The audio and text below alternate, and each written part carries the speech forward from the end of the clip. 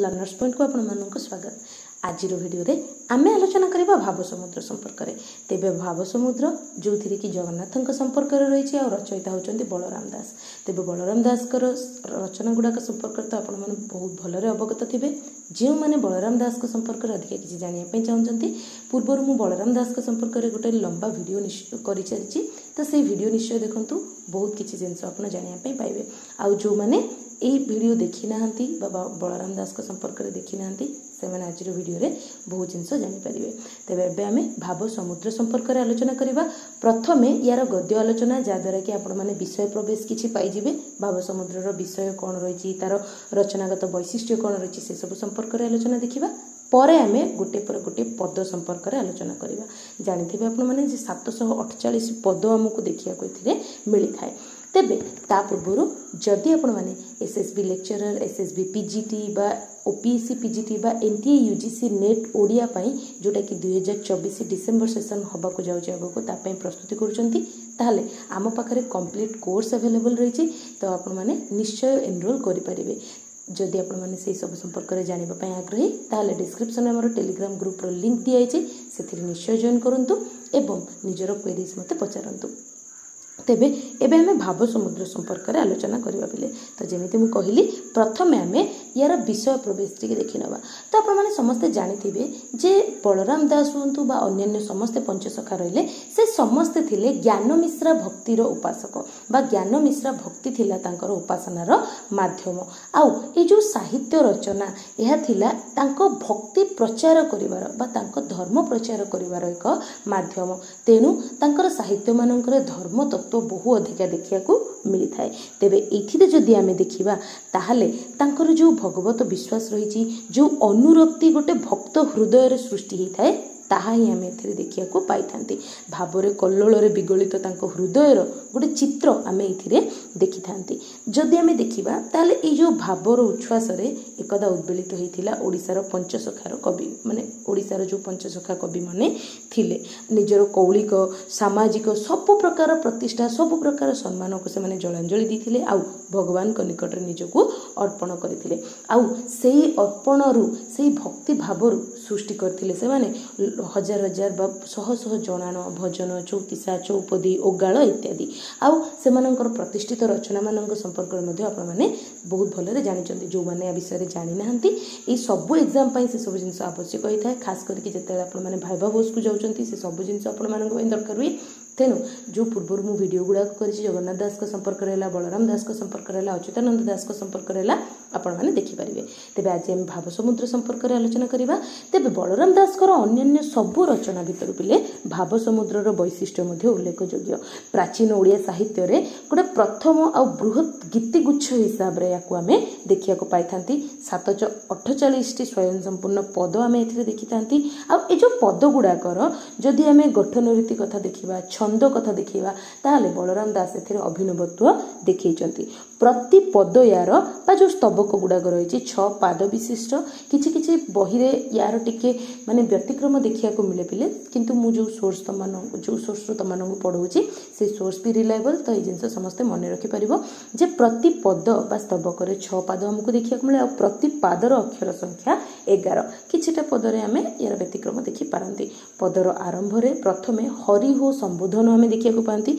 तो तमाने एठी देखि मध्ये पारुथिबो जे एठी व्यवहार रहिछि कोन हरि हो। एई हरि हो संबोधन रु आरंभ होइछि। बहुत समय प्रश्न मध्ये तयारी होय जे केउ संबोधन रे एटा लेखा होइछि बा कोन संबोधन पद रहिछि, ए भलिया तो मन रखिबो निश्चय।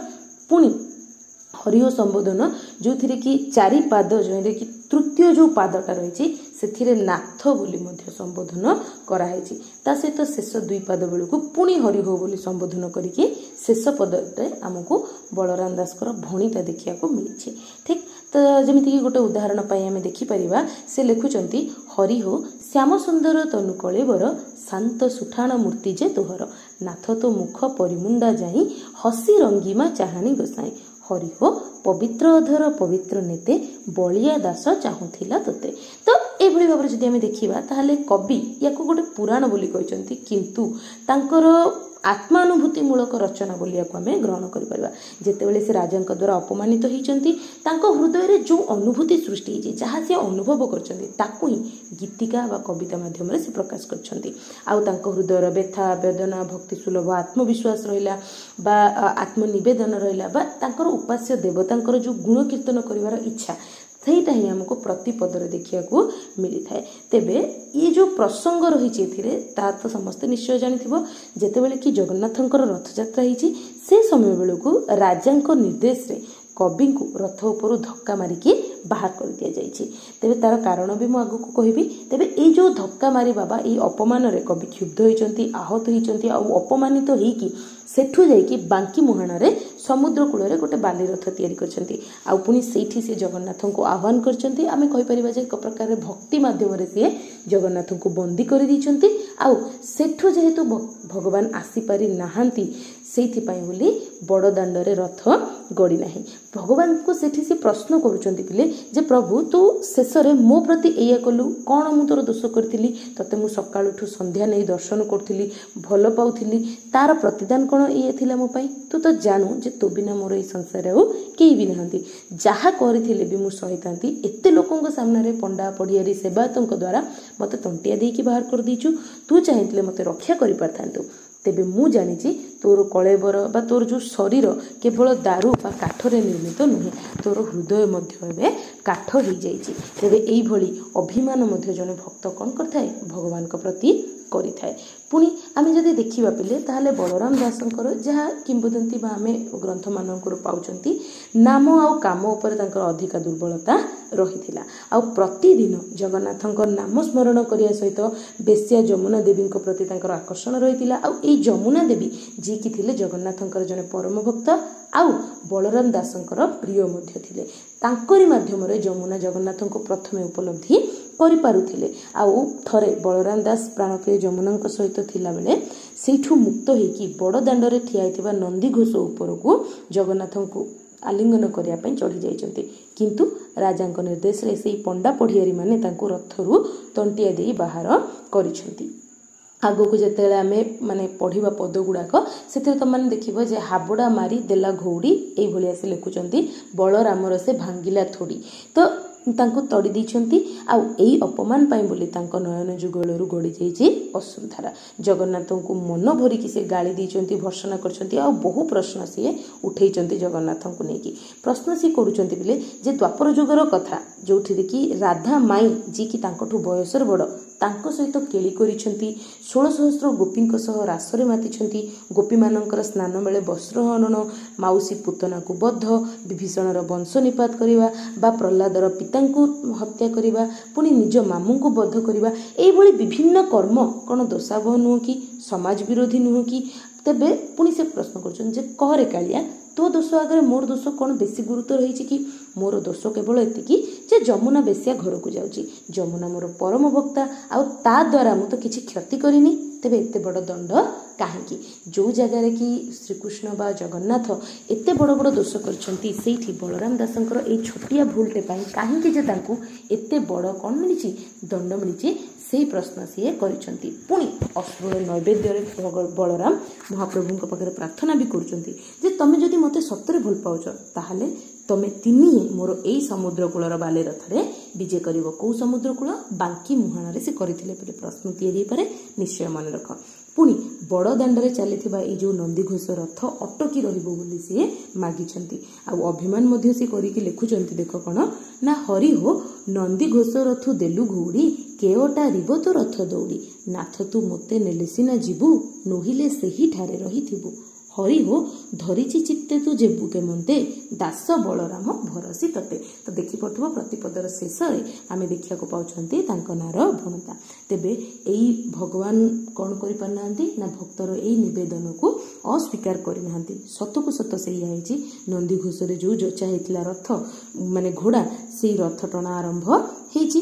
କିନ୍ତୁ କିଛି किछि समय परे रथ हठात चलवा बंद होती जिते चेष्टा कले भी सी चलेनी आउ भक्ति भाव में बलराम दासंकर चकाडोला विगलित होती रथ पाखक गजपति आसछंती बहु प्रार्थना कला परे प्रताप रुद्रदेव को स्वप्न माध्यम जगन्नाथ कहउचंती जे मोर परम भक्त बलराम दास आमको ता बाली रथ रे बंदी कर रखिछि जे पर्यंत आमको सी मुक्त करि नै से पर्यंत बड़दाण्ड रथ चलिब ना शेष कौन ना राजा मंत्री राणी जेमांक सहित बालीरथ पाखे बसतिया बलराम दास को संखोलिक जाइछंती आउ पाट डोरी रे बंधा ही दांत रे तीरन धरी बलराम पाखे से क्षमा प्रार्थना करछंती आउ तांको पाछोटी आनिछंती आउ जेतेबेले बलराम दास आसीछंती तांको आगमन परे रथ चलीछि तारी वर्णना ही आमे एथिरे देखियाकू पाइछंती बिले तेबे जदि आमे साधारण भाषा रे कहबा बहुपदरे एथिरे कवि कौन करछंती निजर अभिमान उपास्य देवतांकर गुण कीर्तन तांकर क्रोध तांकर कोप तांकर विराग ए सबुर गोटे मार्मिक चित्र देइचंती बोली आमे कहि परिबा आउ पुनी विष्णुंकर दशावतारर से वर्णना करछंती बिले आउ एई वर्णना रु ही गीतिगुच्छर आरंभ हेची जोथिरे कि जगन्नाथंकर गुण कीर्तन करछंती से आउ तारि माध्यम रे कृष्ण राम इत्यादिंकर जो मोहनीय गुणावली रहिची ताकू वर्णना करछंती पुणी श्री राधांकठू आरंभ करी चंद्रसेना वृंदावती पर्यंत प्रसंग मान मध्ये से एथिरे वर्णना करछंती तापरे उपास्य देवतांकू से कंस निधनकारी द्रौपदी लज्जा निवारक गज उद्धारकारी हिरण्य विनाशक रुक्मिणी हरणकारी अजाम्बिल उद्धारक दशरथात्मज रावणारी विभीषण रक्षक द्वारिकाधिपति एभली बहु भाव तांको से वर्णना करछंती ता सहित जगन्नाथंक संपर्क रे जो सबरंक द्वारा पूजित नीलमाधव हुंतु इंद्रद्युम्न प्रसंग हो दारु विग्रह प्रसंग बा जगन्नाथंकर जो माने नीतिदिनिया जो भोगरागर विषय यात्रा रूपशोभा क्षेत्रर जो प्रशस्ति वर्णना ए सब गुड़ा आमको देखिया मिली थाए हला तापर जदि आमे देखिबा ताहले ए जो लेखाटी रे साधारणतः तांको भक्ति भावटा जो रही से दास्य भाव प्रतिफलित होता है तेरे तुम मैंने जानिथिबो भक्तिर 4 प्रकार तेरे कौन कौन से 4 प्रकार जो मैंने जानिछ मते कमेंट बॉक्स रे निश्चय जणेबो तेबे एठी से भृत्य भाव रे तांकर जो सरल भक्ति आउ से भक्ति को आंतरिकता पूर्ण भाव रे वर्णना मध्य करछंती से गोटे पद लिखुचंती पिले हरि हो एडे साहांत भृत्य भावे बाई भृत्य बसिया तो नाम अटई नाथ तू भृत्यटारे माया करू दया स्नेह किंपा दूर करू हरि हो सुदया कले प्रशंसा पाइबू बलिया दास को बारे रखिबू एई भले से कहउचंती पुणी स्थाने स्थाने से आउरी अद्वैतवादी जो भावना तारी अभिव्यक्ति मध्य करिसंती बोले भाव तन्मयतारे से निजठू बा निजंकु जगन्नाथंकटू अभिन्न बोली मध्य मने करिसंती से लिखुचंती नाथ तू मुह करियछु एडे तू ही अटू जेते मुहि जे तते हरि हो नोहिले के मते रखिच जगते दास बलिया को रख जगन्नाथे ए भलिया बहुत सुंदर से लिखुचंती पिले तेबे जदि यार भाषा संपर्क रे आमे देखिबा ताहले बहुत सरल भाषा से एथिरे लिखिचंती किंतु बहुत अप्रचलित प्राचीन शब्दर से प्रयोग करछंती जेमिति कि जदि आमे देखिबा कोरी परछा लाइला बिनोई उपरोध नुआरिबी महता लेची मुख्यक अर्थात मुख्यदाता सेमिति तरी जहला परिमुंडा भागुणी निहंता कालुआ दाढ़िया बिटाळ पुणी बिलोहिलु सोहत कुराली घेढ़ तापरे भोटिया छाड़बाड़ परिघा और बहुत शब्द ये शब्द गुड़ाक संपर्क में जब तुम मैंने यार अर्थ इत्यादि न जानिच ताहले मु गोटे पूर्व वीडियो आमर भाषार विकास क्रम आलोचना करी जो थी कि बलराम दास भाषा संपर्क में आम देखी यार अर्थ गुड़ाक संपर्क में आलोचना करते तेबे ए सहित ये जो लेखाटा रही है किसी जगह किसी प्रसंगर पुनरुक्ति देखिया मिली थाए आमको तेबे मान अभिमान विभ्रम क्रोध आत्मसमर्पण ये बहुविध भाव तांकर हृदय जे कोभली भाव आंदोलित होउची तार गोटे यथार्थ चित्र आम ए देखिया पाई थांती तेबे ये थिला पिले भाव समुद्रर विषय संपर्क रे एबे आमे यार पद गुड़ाक संपर्क रे आलोचना करिबा तेबे किछिटा पद संपर्क रे आमे आज आलोचना करिबा परे आमे एई पद गुड़ाक संपर्क रे आलोचना कंटिन्यू करिबा तो प्रथम पद रे कुहा होची पिले हरि हो जय जगन्नाथ जलज नेत्र जलद बिंब अधर पवित्र नाथ तू जंबू नदी तीरे ठिया जर जर तोर तो तथी निज हिया हरि हो ଯଶୋଦା ତୁତ ଦାନ କି ବିଳାସ ଭାବେ ଭଣିଲେ ବଳରାମ ଦାସ। ତ ଏଠି ଯଦି ଆମେ ଦେଖିବା ବୋଲେ ପ୍ରଥମ ପଦରେ ଗୋଟେ ସାଧାରଣ ଜିନିଷ ସେ କହୁଛନ୍ତି ଯେ ଜୟ ଜଗନ୍ନାଥ ପଦ୍ମନେତ୍ର ଜଳଦ ଅର୍ଥାତ୍ ମେଘ ସମାନ ରୂପ ଆଉ ପବିତ୍ର ଅଧର ଯୁକ୍ତ ନାଥ ତୁ ଜମ୍ବୁ ନଦୀ ତୀରେ ଠିଆ। ତ ଏ ଯୋଉ ଜମ୍ବୁ ନଦୀ ହିନ୍ଦୁ ପୁରାଣ ଅନୁଯାୟୀ ଯଦି ଆମେ ଦେଖିବା ତାହେଲେ ସ୍ୱର୍ଗରେ 7ଟା ନଦୀ ସେ ଭିତରୁ ଇଏ ଅନ୍ୟତମ ଆଉ ଏଇଥିରୁ ସୁନା ଜାତ ହେଇଥାଏ ସେଇଥିପାଇଁ ବୋଲି ୟାକୁ ଜମ୍ବୁ ନଦ ବୋଲି ମଧ୍ୟ କୁହାଯାଏ କାକୁ ସୁନାକୁ। ତ ମାନେ ପଢିଥିବ ଯେତେବେଳେ ଆମେ କିଶୋର ଚନ୍ଦ୍ରାନନ୍ଦ ଚମ୍ପୁର ଗୀତ ପଢୁଥିଲେ ଜମ୍ବୁ ନଦ ସାର ବୋଲି ଆମେ ଗୋଟେ ଶବ୍ଦ ପଢିଥିଲେ ତ ସେଇ ଜମ୍ବୁ ନଦ ସୁନା କଥା କୁହାଉଛି। ପୁଣି ଏଥିରେ କଣ କୁହାଉଛି ନା ତଥି ଅର୍ଥାତ୍ ତାହିଁରେ ବା ସେଠାରେ ବୋଲି ସେ କହୁଛନ୍ତି। ତ ସେଇଠାରେ ତୋର ନିଜ ହୃଦୟ ସନ୍ତପ୍ତ ବା ଜର୍ଜରିତ ତେବେ ହେ ହରି ତମେ ଯଶୋଦାନନ୍ଦନ ସୀତା ବିଳାସ ବଳରାମ ଦାସ ଭକ୍ତି ଭାବରେ ବା ଭାବ ଭକ୍ତିରେ ତୁମଠାରେ ଭଣିତା କରୁଛନ୍ତି ବୋଲି ସେ ପ୍ରଥମ ପଦରେ କହୁଛନ୍ତି। ଦ୍ୱିତୀୟ ପଦ ପୁଣି ଦେଖ ସେ ଲେଖୁଛନ୍ତି ହରି ହୋ ଏତେ ରୂପରେ ବଞ୍ଚିଥାଉ ଦିନ ଜଳ ଭିତରେ ରୂପ ଧରି ମିନ ନାଥ ତୁ ଶଙ୍ଖାକୁ ମାଇଲୁ ତୁହି ବେଦ ପୋଥି ଉଦ୍ଧାରିବାର ପାଇଁ। ହରି ହୋ ଶଙ୍ଖାକୁ ମାରି ବେଦ ପୋଥି ଆଣୁ ଦାସ ବଳିଆ ଗୁହାରି ନ ଶୁଣୁ। ତ ଏଇଠି ପୁଣି ଦେଖ ସେ କଣ କହୁଛନ୍ତି ନା ହେ ନାଥ ତୁ ବହୁତ ରୂପରେ ଦିନ ବଞ୍ଚୁଛୁ ଏବଂ ଜଳରେ ମୀନ ସେ କହିଛନ୍ତି ମୀନ ଅବତାର ସମ୍ପର୍କରେ ଜାଣିଥିବ ସମସ୍ତେ ବିଷ୍ଣୁଙ୍କର ପ୍ରଥମ ଅବତାର ଥିଲା ପିଲେ ମୀନ। ତ ମୀନ ଅବତାରରେ ରହିଥିଲୁ ଆଉ ବେଦ ପୋଥି ଉଦ୍ଧାରଣ କରିବା ପାଇଁ ବୋଲି ତୁ ଶଙ୍ଖାକୁ ହତ୍ୟା କରିଥିଲୁ ଏଇ ମୀନ ରୂପରେ। ଆଉ ଏଇ ସମାନ ବିଷୟ ଯଦି ଆମେ ଦେଖିବା ତାହେଲେ ପ୍ରେମ ପଞ୍ଚାମୃତରେ ଆମକୁ ଦେଖିବାକୁ ମିଳିଥିଲେ ଯୋଉଟାକି ଭୂପତି ପଣ୍ଡିତ କଣ ଲେଖୁଛନ୍ତି ନା ପ୍ରଥମେ ମୀନ ରୂପ ଧରି ବେଦ ଆଣିଲୁ ଶଙ୍ଖା ମାରି ସେଇଭଳିଆ ଗୋଟେ ରଚନା। ତେବେ ଏଇ ଶଙ୍ଖା ସୁରକୁ ମାରିକି ବେଦ ପୋଥି ଆଣୁଛୁ କିନ୍ତୁ ଭକ୍ତ ବଳିଆ ଦାସର ତୁ ଗୁହାରି ଶୁଣୁନୁ ଏଇ ଜିନିଷ ସିଏ ଅଭିମାନରେ କହୁଛନ୍ତି। ପୁଣି ଦେଖ ତୃତୀୟ ପଦରେ ସେ କଣ କହୁଛନ୍ତି ନା ହରି ହୋ କୁର୍ମ ରୂପରେ ପୃଥିବୀ ବହିଲୁ ରାଧିକା ସ୍ତନ ଅଗ୍ରତେ ଲୁଚିଲୁ ନାଥ ତୋ ମାୟା ଅତି ଅଗୋଚର ଜାଣି ନ ପାରଇ ବ୍ରହ୍ମା ଶଙ୍କର ତିଳ ମଞ୍ଜି ପ୍ରାୟ ପୃଥିବୀ ବହୁ ବଳିଆ ଦାସକୁ କଥା ନ କହୁ ଏ ଜିନିଷ ସେ କହୁଛନ୍ତି।